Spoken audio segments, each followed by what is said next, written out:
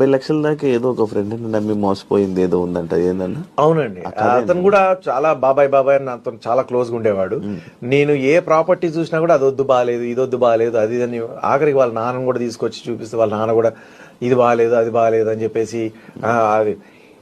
ఈరోజు ఆ ప్రాపర్టీస్ నేను ఎంత తక్కువ అమౌంట్ లో నాకు అప్పుడు దొరికిందంటే, అంత తక్కువ అమౌంట్ లో దొరికింది. దాన్ని వద్దని చెప్పేసి వదిలేపించి అన్ని అట్లనే వదిలేపిస్తే ఈ రోజు అవి ఒక్కొక్కటి 50 కోట్లు 100 కోట్లు అట్లాంటి ప్రాపర్టీస్ అవి. ఈవెన్ మణికొండలోనే 2 acres 11 lakhs కే ఇస్తామన్నారు. మణికొండలో 2 acres 11 lakhs కి ఇస్తామన్నారు. దాంట్లో ఇప్పుడు విల్లాలు కట్టినారు, పెద్ద పెద్ద అపార్ట్మెంట్స్ కట్టినారు. ఒక పక్కకంతా అపార్ట్మెంట్స్, ఒక పక్కకంతా విల్లాస్. అందులో ఒక 20 విల్లాలు వచ్చినా కూడా నా వంతుకి ఆ 2 acres కి 20 విల్లాలు వచ్చినా కూడా ఒక్కొక్క విల్లా 15 కోట్లు. చూడండి, పోనీ 10 విల్లాలు వచ్చినా 100 కోట్లు. ఎంత హ్యాపీగా ఉండేవాడిని. అయితే రాసి పెట్టుంటే వస్తుంది, రాసి పెట్టలేకపోతే కానీ ఇట్లాంటి వాళ్ళు